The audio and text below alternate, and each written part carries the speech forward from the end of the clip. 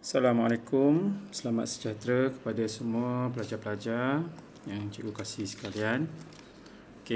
So hari ini cikgu akan masuk kepada subtopik kita yang keempat. Silap cikgu lah 6.7 iaitu neutralization ataupun nama lain dia adalah peneutralan.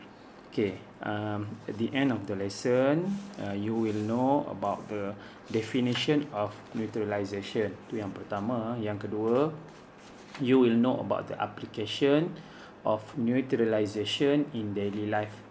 Apa aplikasi peneutralan dalam kehidupan seharian kita. And then you also will learn about the titration method ataupun kaedah pentitratan.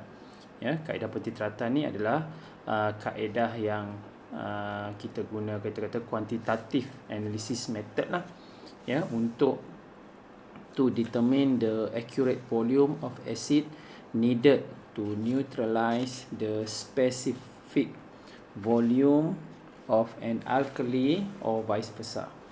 Means untuk menentukan isi padu asid yang diperlukan secara tepat bagi meneutralkan isi padu tertentu suatu alkali atau sebaliknya. Means ini adalah kaedah yang kita gunakan untuk kita buat tindak balas neutralization. And then you also will learn about how to solve the numerical problem involving neutralization. Menyelesaikan masalah numerical yang melibatkan peneutralan. So we got 4 objective for this PDPR today. So I will go quite bit fast lah, sebab yang awal ni saya rasa awak dah pun tahulah berkaitan dengan beberapa perkara. First thing, the definition of neutralizations. Reaction between an acid and alkali to produce salt and water. Reaction between acid and alkali. Alkali means ialah base that dissolve in water. Base yang boleh larut dalam air. Contoh yang selalu kita gunakan adalah sodium hydroxide, and then kita ada potassium hydroxide, and then kita juga boleh guna ammonium solution. Ammonia solution, sorry. Tiga ni yang biasa kita gunakan sebagai alkali.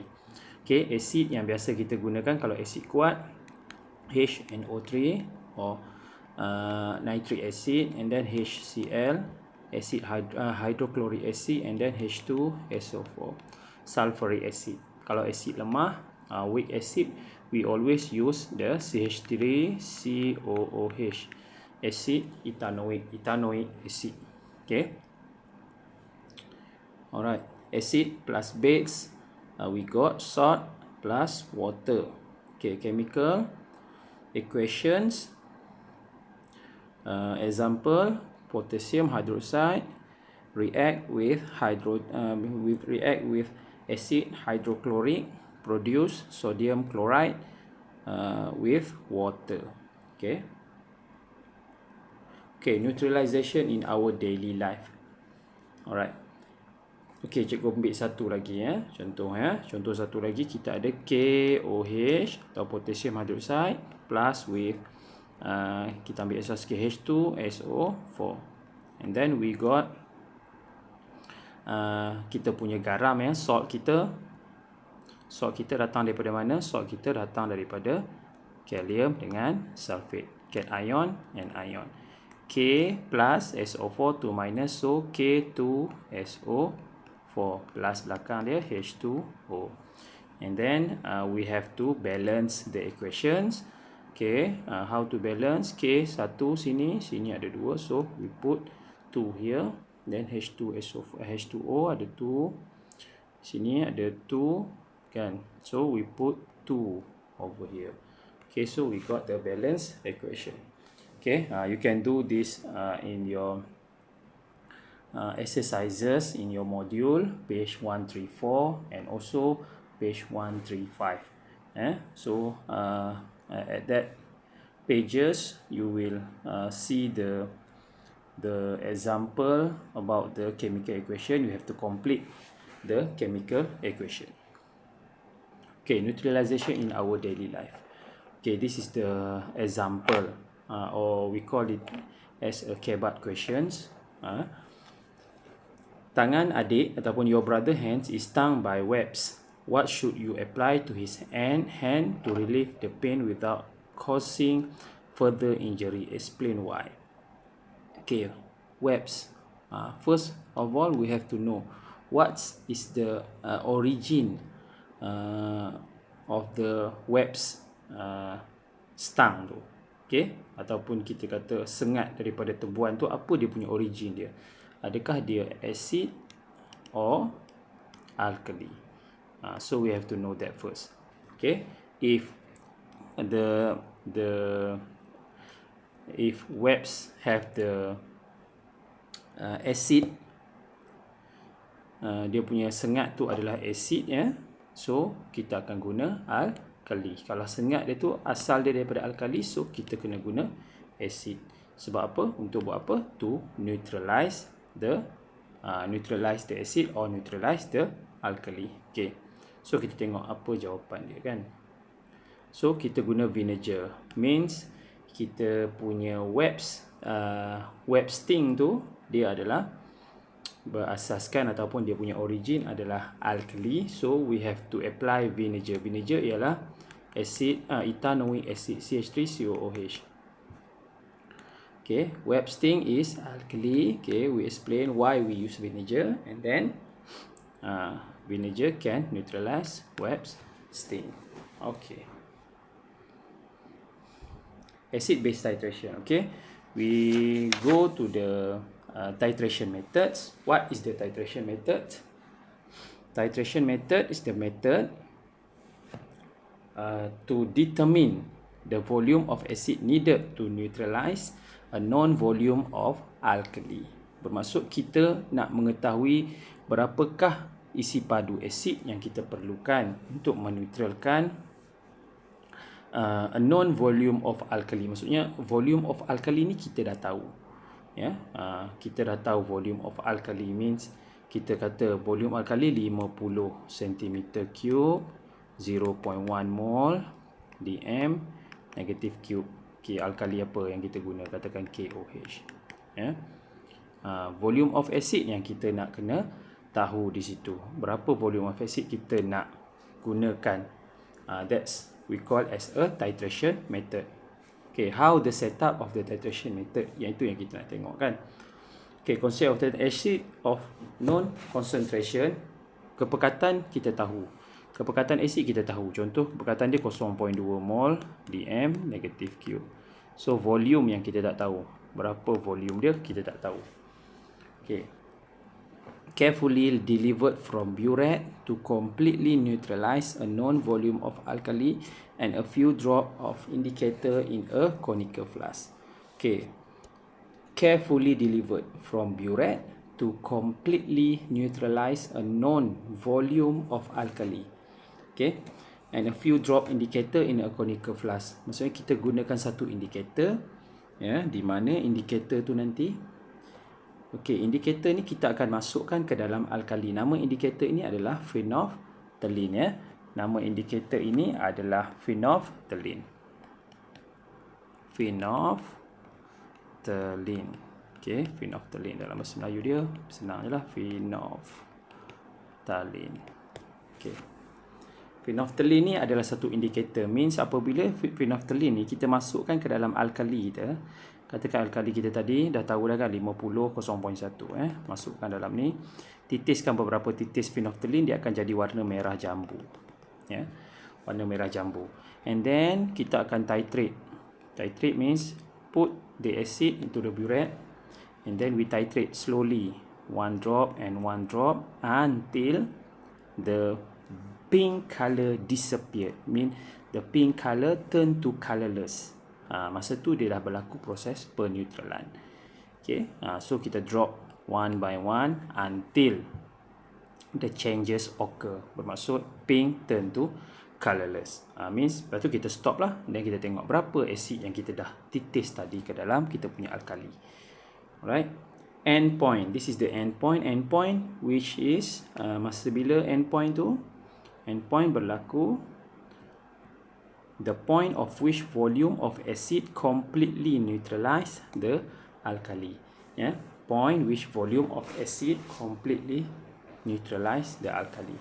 Means macam cikgu sebut tadi lah.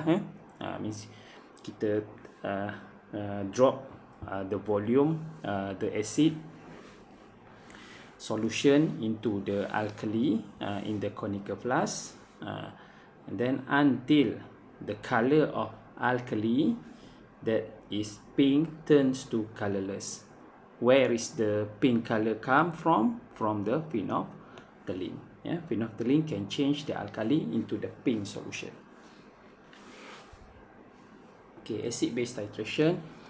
Okay, so this is the summary. Reaction of an acid and base that produce salt and water. Acid-base titration. Titration is a very useful laboratory technique in which one solution is used to analyze another solution. An acid of known concentration is carefully delivered from burette to completely neutralize a known volume of an alkali in a conical flask. The point at which the color of the solution changed is called end point. End point ni masa dia berubah warna itu. Acid-base indicator is used to detect the end of titration. Biasa methyl orange kita boleh guna, but we usually use phenolphthalein as our indicator. Okay, this is the setup experiment. Means this is the procedure how we want to do the experiment of titration. Okay, the first one ni biasa kita buatlah dalam makmal tapi tahun ni kita tak dapat nak buat. Tapi cikgu janji buka sekolah kita akan buat, mesti kena buat eksperimen ni, adalah eksperimen yang wajib lah. We must do this experiment. Okay, the first one, use a pipette to draw up 25 cm³ of sodium hydroxide.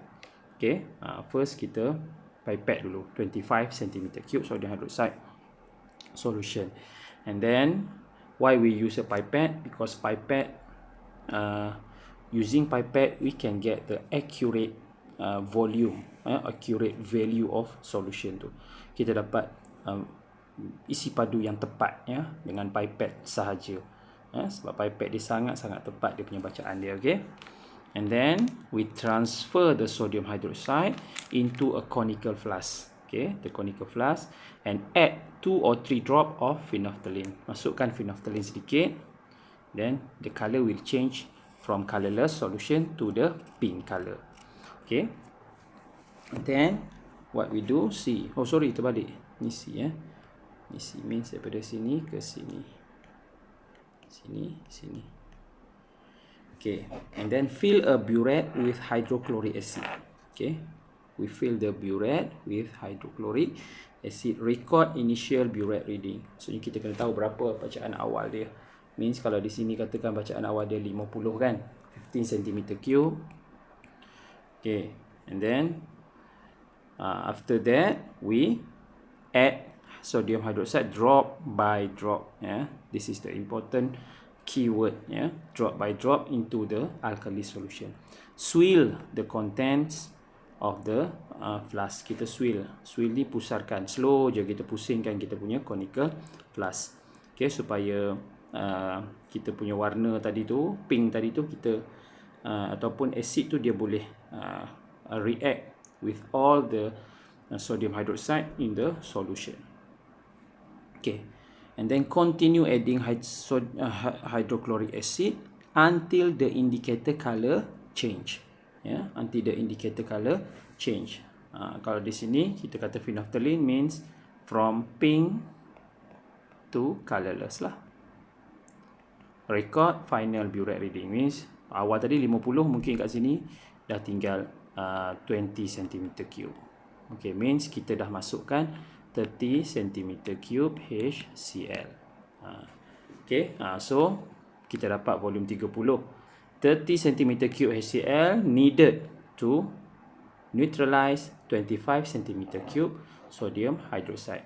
Okey, di sini mesti kena ada dia punya kepekatan lah. Soalan ni tak lengkap sebenarnya. Mesti ada 0.1 mol dm negative Q. Sama juga dengan asid tadi, berapa kepekatan dia, 0.1 ke 0.2 mol dm negative Q. Because titration method, we can only find the volume of the solution, not the concentration of the solution. Okay, titration using phenolphthalein. This is the observation. Okay, first we got the pink color, and then until we titrate, at the end point the color will change from pink to colorless. Then we stop the titration. We stop the titration, reading the final burette, the final reading of burette lah. Alright, the last but not least, solve numerical problem involving neutralization reaction. Okay, so step 1, write the balanced chemical equation. This is the exact method we use in the chapter 3. Sama sahaja bagaimana kita nak buat pengiraan. First kali kita buat apa? Buat chemical equation, balance the equation, and then calculate the number of moles, and then calculate the number of moles, and then ratio of moles, and then we try to get the answer. Okay, cuma kali ni dia punya bentuk lebih mudah sikit, lebih mudah sikit bentuknya. Bentuk dia kita guna, nanti kita tengok Okay, A, B ni adalah kita punya coefficient ataupun pekali kita. Step 2, write the information and question from the question.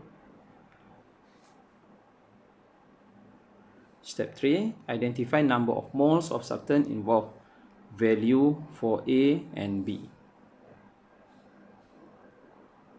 Step 4, use the formula. Okay, this is the formula that we use. MAVA over MBVB equals to A over B.